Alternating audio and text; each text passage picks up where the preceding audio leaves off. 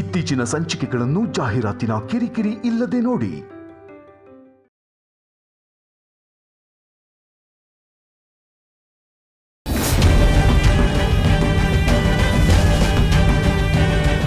ಏನು ಮಾಡಬೇಡಿ,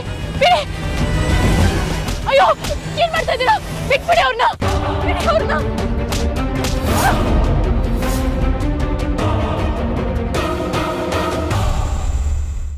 ಹೌದು, ನೀವು ಅವನನ್ನ ಕೊಲ್ಲೋದಕ್ಕೆ ಈ ಪುಂಗಿನ ಬಳಸಲೇಬೇಕು. ಏನು ಸರ್ ಹೇಳ್ತಾ ಇದ್ದೀರಾ ನೀವು? ಅವನ್ನ ಕೊಲ್ಲೋದಕ್ಕೆ ನಮಗೆ ಬಲ ಸಾಕಾಗಲ್ವಾ? ನೋಡಿ, ನಾವೆಲ್ಲರೂ ಮುಗಿಬಿದ್ರೆ ಅವ್ನು 2 ಸೆಕೆಂಡಲ್ಲಿ ಸಾಯಿಸ್ಬಿಡ್ತೀವಿ. ಹೇಳ್ತಾ ಇದ್ದೀನಿ, ಸರಿಯಾಗಿ ಕೇಳಿಸ್ಕೊಳ್ಳಿ. ಈ ಹೊಡೆದಾಟದಲ್ಲಿ ಸ್ವಲ್ಪ ಹೆಚ್ಚು ಕಡಿಮೆ ಆದರೂ ನಿಮ್ಮ ಹೆಣ ಗುರುತು ಸಿಗಲಾರ ಸ್ಥಿತಿನಲ್ಲಿರುತ್ತೆ. ಆಮೇಲೆ ನೀವು ಯಾರು ಅಂತ ಗೊತ್ತಾಗಬೇಕಂದ್ರೆ DNA ಟೆಸ್ಟ್ ಮಾಡಿಸ್ಬೇಕಾಗತ್ತೆ. ಏನು ಸರ್, ನಮ್ಮನ್ನು ನೋಡಿದ್ರೆ ಸಾಯೋರು ಹೆದರ್ಬೇಕು, ನೀವು ನೋಡ್ರೆ ನಮ್ಮನ್ನೇ ಎದುರಿಸ್ತಾ ಇದ್ದೀರಾ? ಗುಡ್, ನಿಮ್ಮ ಧೈರ್ಯಕ್ಕೆ ಮೆಚ್ಚಿದೆ ನಾನು. ನಿಮ್ಮಲ್ಲಿ ಬಲ ಇಲ್ಲ ಅಂತ ಹೇಳ್ತಾ ಇಲ್ಲ ನಾನು. ನಿಮ್ಮ ಧೈರ್ಯದಿಂದಾಗಲಿ ಬಲದಿಂದಾಗಲಿ ಅವನನ್ನು ಕೊಲ್ಲೋದಕ್ಕಾಗೋದಿಲ್ಲ. ನಾನು ಹೇಳ್ತಿರೋದು ಅವನನ್ನು ಕೊಲ್ಲೋದಕ್ಕೆ ನಿಮ್ಮ ಬಲ, ಧೈರ್ಯ ಮತ್ತು ನಿಮ್ಮ ಆಯುಧ ಮೂರನ್ನೂ ಉಪಯೋಗಿಸ್ಬೇಕು ಅಂತೇಳಿ. ಹಾಗಾದರೆ ಯಾವ ಆಡ್ಸೋರಿಲ್ಲ ಯಾಕೆ ಸರ್? ನಿಮ್ಮನ್ನು ಕರೆಸಿದ್ದು ಹಾವನ್ನು ಕೊಲ್ಲೋದಕ್ಕೆ.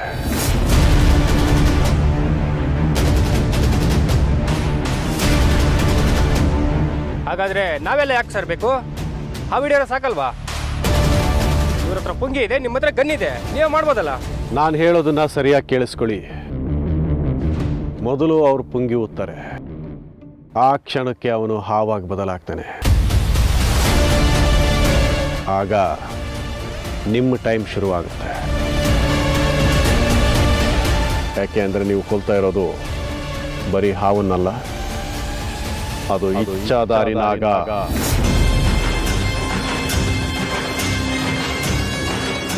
ಆ ಹಾವು ತನ್ನನ್ನು ಮನುಷ್ಯ ರೂಪಕ್ಕೂ ಬದಲಾಯಿಸ್ಕೊಳ್ಳುವಂಥ ಶಕ್ತಿ ಇರೋ ನಾಗ.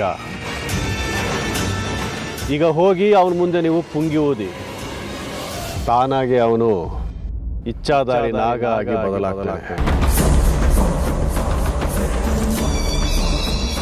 ಆಮೇಲೆ ನಿಮ್ಮ ಟೈಮು ಹೊರಡ್ಬೋದು.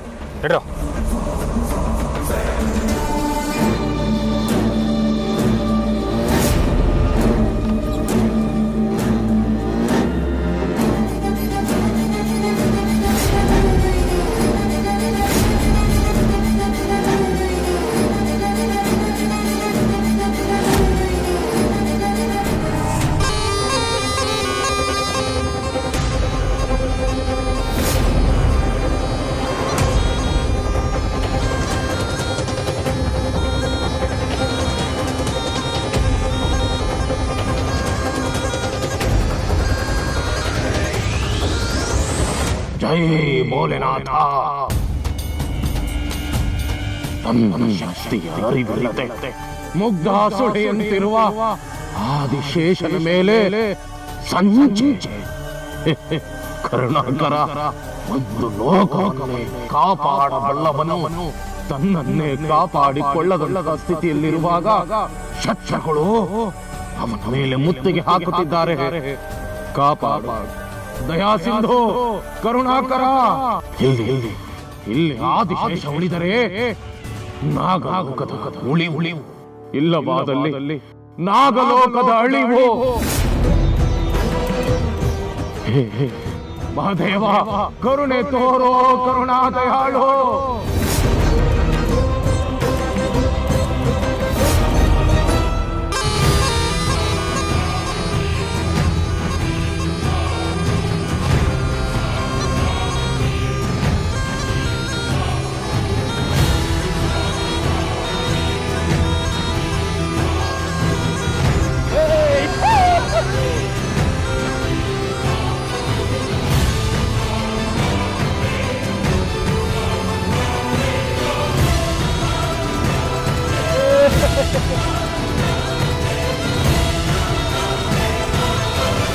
ಏನ್ ಸರ್, ಪುಂಗಿ ಉದಿದ್ರೆ ಹಾವಾಗ್ತಾನೆ, ಅದಾಗ್ತಾನೆ, ಇದಾಗ್ತಾನೆ ಅಂದ್ರೆ ಏನು ಆಗ್ಲೇ ಇಲ್ಲ. ಹೇಳ್ದಷ್ಟು ಮಾಡು. ಮೊದಲು ಮಾಡೋ ಕೆಲಸನ ಗಮನ ಇಟ್ಟು ಮಾಡು. ಊದ್ರಿ. ಉದ್ರ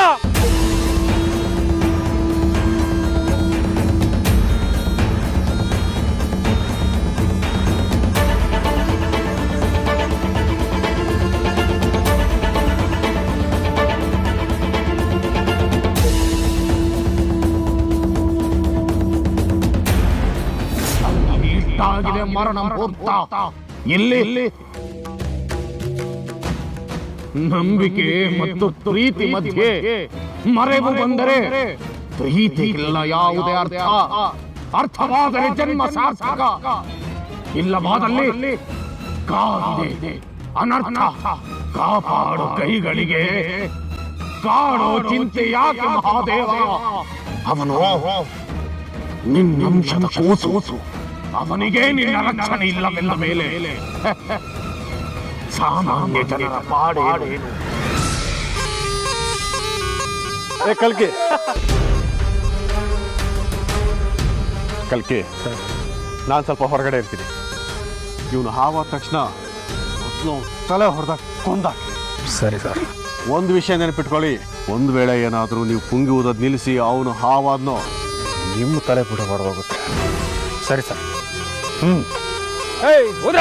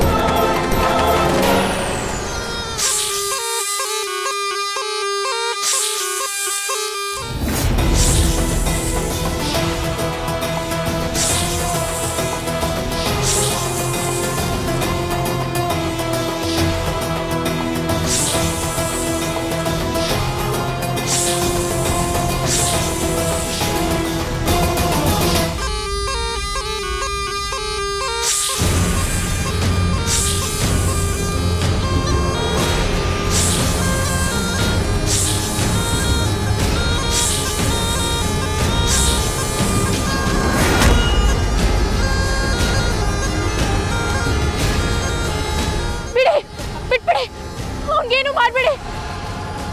ಬಿಡಿ. ಇವನು ಆದಿಶೇಷನೇ ಆಗಿದ್ರೆ ಇಷ್ಟೊತ್ತಿಗೆ ಇವನು ಹಾವಾಗಿ ಬದಲಾಗಬೇಕಾಗಿತ್ತಲ್ಲ. ಯಾಕಿನ್ನೂ ಬದಲಾಗ್ತಾ ಇಲ್ಲ? ಏನೇ ಆಗಲಿ, ಈಗ ನಾಗಿಣಿಯೂ ಸಿಕ್ಕಿದ್ದಾರೆ. ಇಬ್ರು ಸಾವು ಆಗಲಿ. ಏನ್ ಬೇಕು ನಿಮ್ಗೆ? ಯಾರು ನೀವೆಲ್ಲ? ಸಾವಿಗಾಗಿ ಬಾಯ್ ತೆರೆದು ಕೂತಿರೋ ಅವ ಮೃತ್ಯುವಿನ ಕಡೆಗಿರೋ ಹೆಜ್ಜೆ. ನಿನ್ನವರಿಗೆ ಈ ಸ್ಥಿತಿ. ಭೋಲೆನಾಥ ದಯಾ ಸಿಂಧು, ಕಾಪಾಡು ಅವನನ್ನ, ಕಾಪಾಡು. ಅವನು ಮಹಾಶಕ್ತಿವಂತ, ಮಹಾಬಲವಂತ, ಮಹಾಕಾಳನ ಆಶೀರ್ವಾದ ಪಡೆದಿರೋ ನರನಾಗ. ಎಚ್ಚರಿಸಲಿಸು, ಅವನು ತನ್ನ ಶಕ್ತಿಯನ್ನು ಮರೆತಿದ್ದ. ಅವನ ಮಾತಿಗೆ ಅವನ ಶಕ್ತಿಯ ಬಗ್ಗೆ ಕಾಪಾಡು ದೇವ, ಕಾಪಾಡು. ಅಯ್ಯೋ, ಏನ್ ಮಾಡ್ತಾ ಇದ್ದೀರಾ? ಬಿಟ್ಬಿಡಿ ಅವ್ರನ್ನ. ಬಿಟ್ಬಿಡಿ, ಬೇಡ.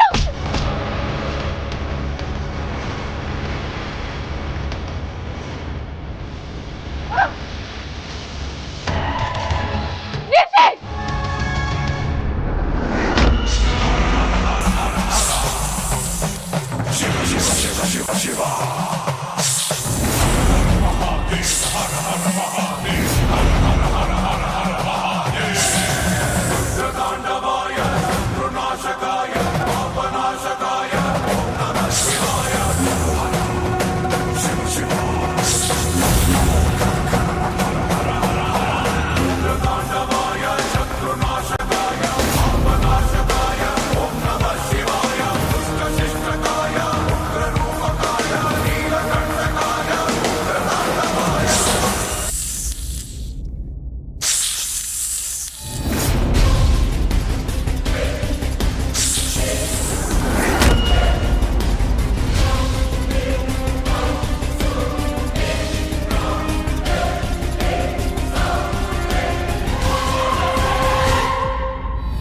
ಏನ್ ಮಾಡ್ತಾ ಇದ್ಯಾ?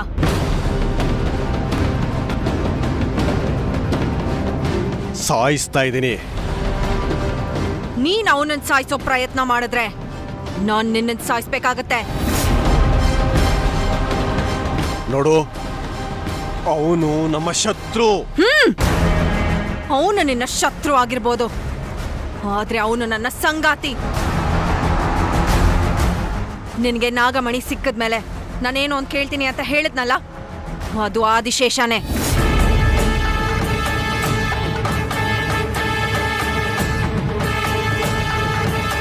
ಅವನ್ ಕಣ್ಣಿಗೆ ನೀನೇನಾದ್ರೂ ಬಿದ್ರೆ ನಿನ್ನ ಘೋರ ಸಾವಾಗತ್ತೆ. ಮೊದ್ಲಿಲ್ಲಿಂದ ನಡಿ. ಮಾಯಾ, ಮಾಯಾ,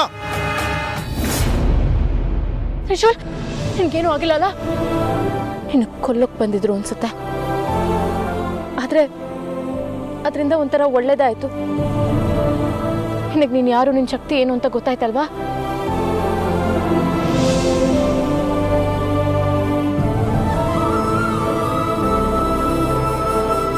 ಅವರೆಲ್ಲ ಯಾರು?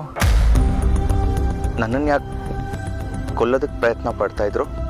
ಆದಿಶೇಷ ಅವ್ರು ಯಾರು ಅಂತ ನಿನಗೆ ಗೊತ್ತಿಲ್ವಾ? ಆದಿಶೇಷ ಯಾರು?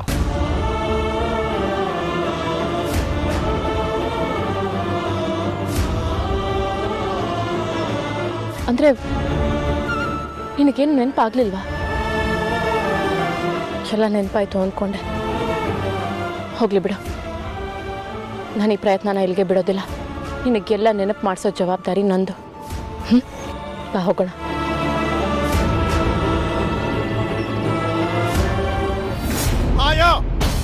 ಏಯ್, ಏನ್ ಮಾಡಕ್ ಹೊರಟಿದೆ ನೀನು? ನೀನ್ ಕೊಲ್ಲಕ್ ಪ್ರಯತ್ನ ಪಟ್ಟಿದ್ದು ನನ್ನ ಆದಿಶೇಷನ. ಮತ್ತ ನಾನು ಇನ್ನೇನ್ ಮಾಡಿ ಸಾಯ್ಲಿ? ನಾನೇ ದಿಗ್ವಿಜಯ ಅಂತ ಗೊತ್ತಾದ ಕ್ಷಣಕ್ಕೆ ಅವನು ನನ್ನನ್ನು ಸಾಯಿಸ್ತಾನೆ.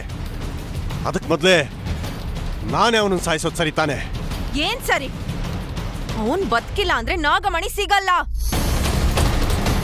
ಅವನ್ ಇರ್ಬೇಕಾದ್ರೇನೆ ಅವನ್ ಶಕ್ತಿ ನಾಗಮಣಿಯಲ್ಲಿ ಸೇರ್ಬೇಕು. ಇಲ್ಲ ಅಂದ್ರೆ ಯಾರಿಗೂ ನಾಗಮಣಿ ಸಿಗಲ್ಲ. ಇನ್ನೊಂದ್ಸಲ ಯಾವುದೇ ನಿರ್ಧಾರ ತಗೊಂಡ್ರು ನನಗೆ ಹೇಳಿ ಮಾಡು. ಯಾರ ಮಾತಲ್ಲ ಯಾಕೆ ಕೇಳಬೇಕು ನಾನು? ನಿನ್ನಿಂದ ಏನಾದ್ರು ಉಪಯೋಗ ಆಗಿದೆಯಾ ನನಗೆ? ನೀನು ಮಾಯಾಶಕ್ತಿ ಇರೋಳು, ಅದರಿಂದ ನನ್ನ ಅಸಲಿ ರೂಪ ನನಗೆ ಕೊಡು ಅಂತ ನಾನು ಕೇಳ್ತಾ ಇಲ್ಲ. ಆದ್ರೆ ನನ್ನ ರೂಪದಲ್ಲಿ ಬಂದಿರೋನು ಯಾರು, ಅವನ ಉದ್ದೇಶ ಏನು ಅಂತ ನಾದ್ರು ಕಂಡಿಡ್ದಿದ್ದೆ ನೀನು. ಎಲ್ಲ ಗೊಂದಲಗಳು ಒಂದೇ ಸಲ ಬಂದಾಗ ಏನ್ ಮಾಡ್ಬೇಕು ಅಂತ ಗೊತ್ತಾಗದೆ ಒದ್ದಾಡ್ತಾ ಇದ್ದೀನಿ ನಾನು. ಹೀಗಿದ್ದಾಗ ಏನ್ ಮಾಡ್ಲಿ ನಾನು? ಹೇಳು. ನನ್ನ ಮನೆಯಲ್ಲಿ ನಾನೇ ಪರಕೀಯ ಅನ್ನಿಸುವಾಗ ತಲೆಗೆ ಬೇರೆ ಯೋಚನೆ ಬರೋಕ್ಕಾದ್ರೂ ಸಾಧ್ಯ ಇದೆಯಾ?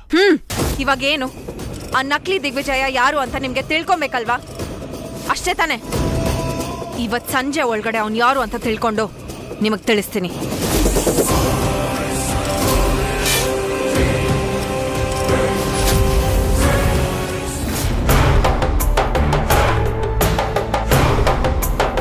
ದಿಗ್ವಿಜಯನ ವೇಷದ ವ್ಯಕ್ತಿ ನಾಗಮಣಿಗಾಗಿ ನನಗೆ ಸಹಾಯ ಮಾಡುತ್ತಿರೋದು ನಿಜ. ಆದ್ರೆ ಎಷ್ಟೋ ಸಂವತ್ಸರಗಳಿಂದ ನಾಗಮಣಿಗಾಗಿ ಕಾಯ್ತಾ ಕೂತಿರೋ ನನಗೆ ನಾಗಮಣಿ ಕಣ್ಣು ಮುಂದೆ ಬಂದಾಗ ಅದನ್ನು ಅವನಿಗೆ ಬಿಟ್ಟುಕೊಟ್ಟು ನಾನು ಕೈ ಚೆಲ್ಬೇಕಾ? ಇಲ್ಲ, ತಾಯಿ ಆಶೀರ್ವಾದದಿಂದ ಎಲ್ಲವೂ ಸರಿ ಹೋಗಿ ನಾಗಮಣಿ ನನ್ನ ಕೈ ಸೇರಿದೆ. ಆದರೆ ಅದಕ್ಕೆ ಬೇಕಾದ ಆದಿಶೇಷನ ಶಕ್ತಿಯನ್ನು ನನ್ನಿಂದ ತುಂಬಲು ಸಾಧ್ಯವಾಗುತ್ತಿಲ್ಲ. ನಾಗಮಣಿಯು ನನ್ನ ಬಳಿ ಇದೆ, ಆದಿಶೇಷ ನನ್ನ ಬಳಿಯೇ ಇದ್ದಾನೆ. ಇನ್ನು ನನಗೆ ಬೇಕಾಗಿರುವುದು ಆದಿಶೇಷನ ಮಾನವ ರೂಪಿ ತ್ರಿಶೂಲನ ದೇಹ.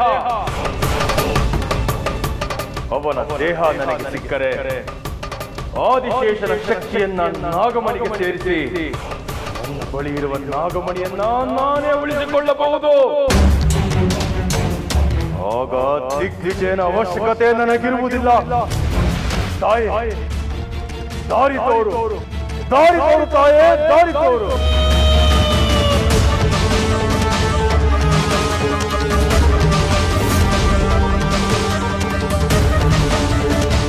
ಓಂ ಜಯಂತಿ ಮಂಗಳಕಾಳಿ, ಓಂ ಮಂಗಳಕಾಳಿ, ಓಂ ಭದ್ರಕಾಳಿ, ಓಂ ಕಪಾಲಿನಿ, ಓಂ ಅಷ್ಟದಿಕ್ಪಾಲಕಿ,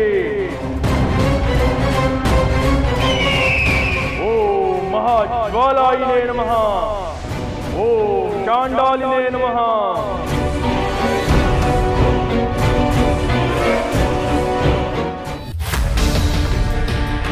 ಅಭಯ್ಗೆ ಯಾರು ತೊಂದರೆ ಮಾಡಬಾರ್ದು ಅಂತ ಅವನ ಸುತ್ತ ರಕ್ಷಾ ಕವಚನ ಸೃಷ್ಟಿ ಮಾಡಿ ಬಂದಿದ್ದೀನಿ.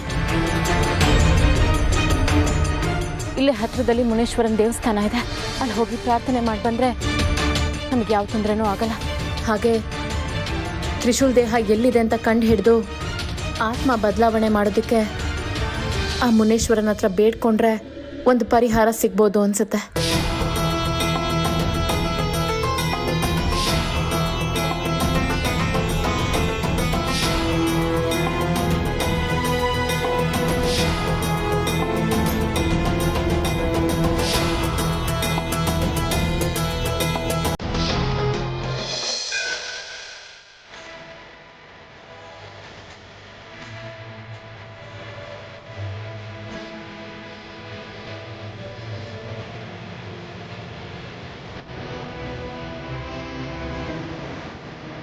ದೇವ್ರೆ, ನಾಗಪೌರ್ಣಮಿಗೆ ಇನ್ನೂ ಜಾಸ್ತಿ ದಿವಸ ಇಲ್ಲ. ಅಷ್ಟರಲ್ಲಿ ತ್ರಿಶೂಲ್ ದೇಹನ ಎಲ್ಲಿ ಬಚ್ಚಿಟ್ಟಿದ್ದಾರೆ ಅಂತ ಎಲ್ಲ ದುಷ್ಟಶಕ್ತಿಗಳು ಹುಡ್ಕಕ್ಕೆ ಶುರು ಮಾಡ್ತವೆ. ಆ ದುಷ್ಟಶಕ್ತಿಗಳ ಕೈಗೆ ನನ್ನ ತ್ರಿಶೂಲ್ ದೇಹ ಸಿಕ್ಬಿಟ್ರೆ ದೊಡ್ಡ ಅನಾಹುತನೇ ಆಗೋಗುತ್ತೆ.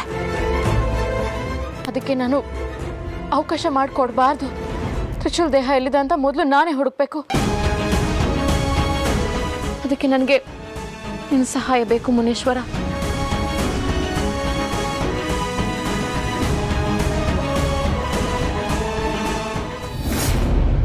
ಮಾಯಾ, ಅಲ್ಲ, ನೀನು ಹೇಳ್ತಿರೋದು ನನಗೆ ಅರ್ಥ ಆಗ್ತಾ ಇಲ್ಲ. ನನಗೆ ಆದಿಶೇಷ ಬೇಕು ಅಂತ ಹೇಳಿದೆ. ಅವನು ನಿನ್ನ ಸಂಗಾತಿ ಆಗೋದಕ್ಕೆ ಹೇಗೆ ಸಾಧ್ಯ? ಆದಿಶೇಷ ನನ್ನವನು ಅಷ್ಟೇ ಅಂಕಲ್. ಅವನು ಹೋದ ಜನ್ಮದಲ್ಲಿ ಶಿವಾನಿ ಸಂಗಾತಿ ಆಗಿದ್ದ. ಅದು ಹೋದ ಜನ್ಮಕ್ಕೆ ಮುಗೀತು. ಆದ್ರೆ ಈ ಜನ್ಮದಲ್ಲಿ ಅದು ಮುಂದುವರಿಯಕ್ಕೆ ನಾನು ಬಿಡೋದಿಲ್ಲ. ಮಾಯಾ, ಮಾಯಾ ನಿಂತ್ಕೋ. ಮಾಯಾ, ಮಾಯಾ. ಅಲ್ಲ, ಅದನ್ನ ನೀನು ಒಬ್ಳು ಅಂದ್ಕೊಂಡ್ಬಿಟ್ರೆ ಸಾಕು.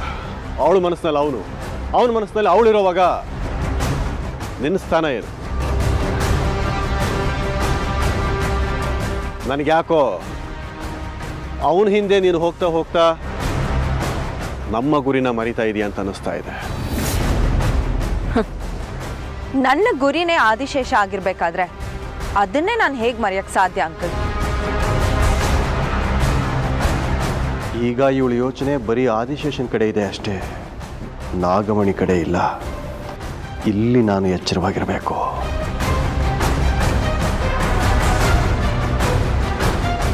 ಸ್ವಗತಗಳು ಬೇಡ ಅಂಕಲ್. ನಾನು ಅವತ್ತೇ ನಿಮ್ಗೆ ಮಾತು ಕೊಟ್ಟಿದ್ದೆ, ನಾಗಮಣಿಯನ್ನ ನಿಮ್ಮ ಕೈಗೆ ತಲುಪಿಸೋ ಜವಾಬ್ದಾರಿ ನಂದು ಅಂತ.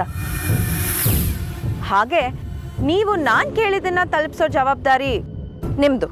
ಹಾ, ನೀನದನ್ನ ಅವಾಗಲೇ ಹೇಳಿದ್ದೆ, ನನಗೆ ಆದಿಶೇಷ ಬೇಕು ಅಂತ. ಅಂದ್ರೆ ನನಗೆ ಒಂದು ಅರ್ಥ ಆಗದಿರೋ ವಿಷಯ ಏನು ಅಂತಂದ್ರೆ, ನಿನಗೆ ಆದಿಶೇಷ ಬೇಕು ಅಂತಂದ್ರೆ ಅದನ್ನ ನೀನು ನನ್ನ ಹತ್ರ ಯಾಕೆ ಕೇಳಬೇಕು? ಹೋದ ಜನ್ಮದ ಆದಿಶೇಷ ಈ ಜನ್ಮದಲ್ಲಿ ನಿಮ್ಗೆ ತುಂಬಾ ಬೇಕಾದವ.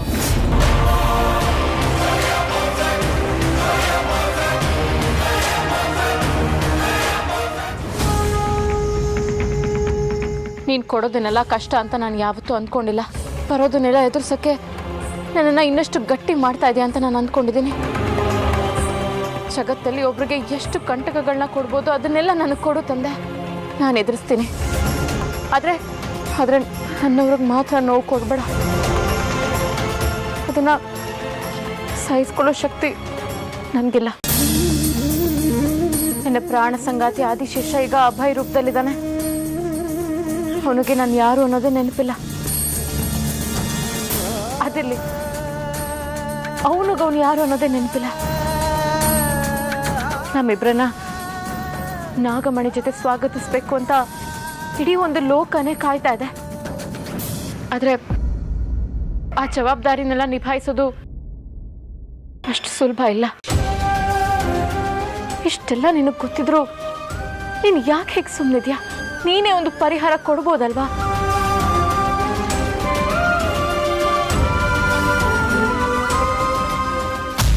ನನಗೆ ಬೇಕಾದವನ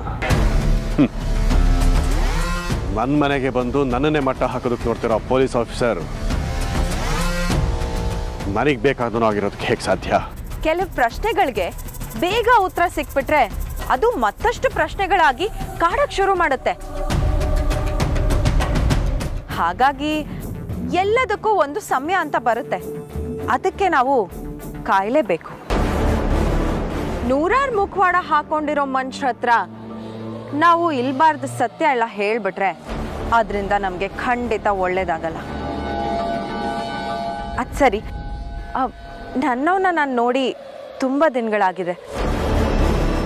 ಇನ್ನು ನಾನು ಬರ್ತೀನಿ, ಅವನನ್ನ ಮಾತಾಡ್ಸ್ಕೊಂಬರ್ತೀನಿ.